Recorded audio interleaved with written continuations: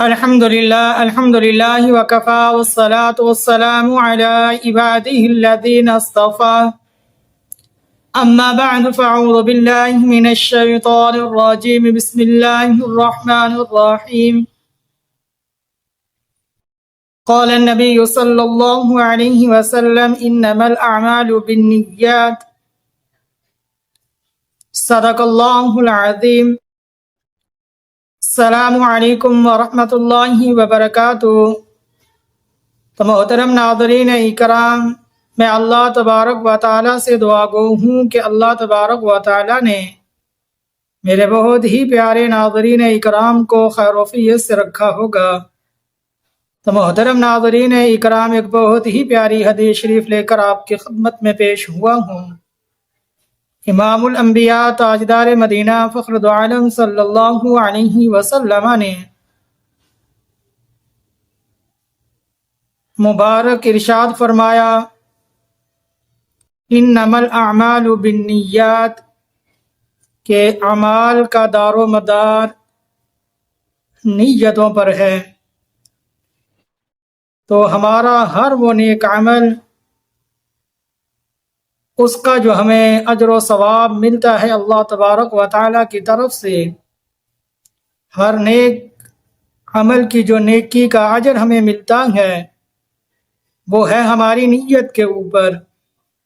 کہ ہماری نیت کے اندر جس قدر تصحیح نیت ہوگی، اللہ تبارک و تعالیٰ کی رضا ہوگی، خوشنودی اللہ ہوگی، اللہ کو خوش کرنے کے لیے وہ نیک عمل ہوگا،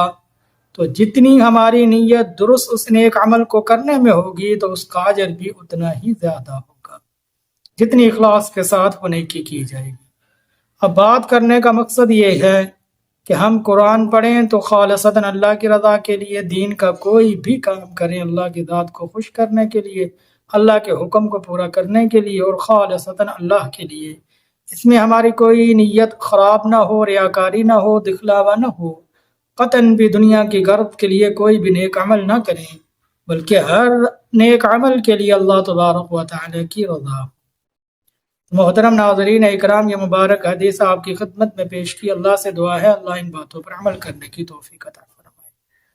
اور ہر طرح کی ریاکاری سے اللہ میری حفاظت فرمائے، میرے ناظرین اکرام کی حفاظت فرمائے۔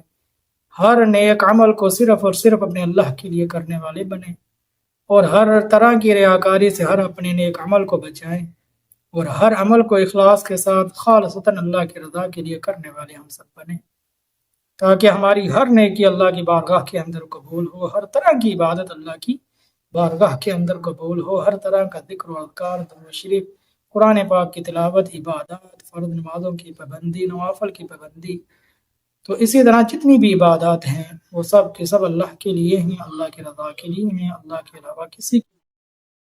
نہ دنیا کی غرض کے لیے، نہ دنیا کی شہرت کے لیے، نہ دنیا کو راضی کرنے کے لیے۔ یہ تمام عبادات نیک عمل اللہ کے لیے ہیں اور اللہ کی ذات کو خوش کرنے کے لیے ہیں۔ تو انشاءاللہ العزیز تصحیح نیت کے ساتھ ہر نیک عمل کو کریں، اللہ اس کا زیادہ سے زیادہ آپ کو اجر و ثواب عطا فرمائیں گے۔ السلام علیکم ورحمۃ اللہ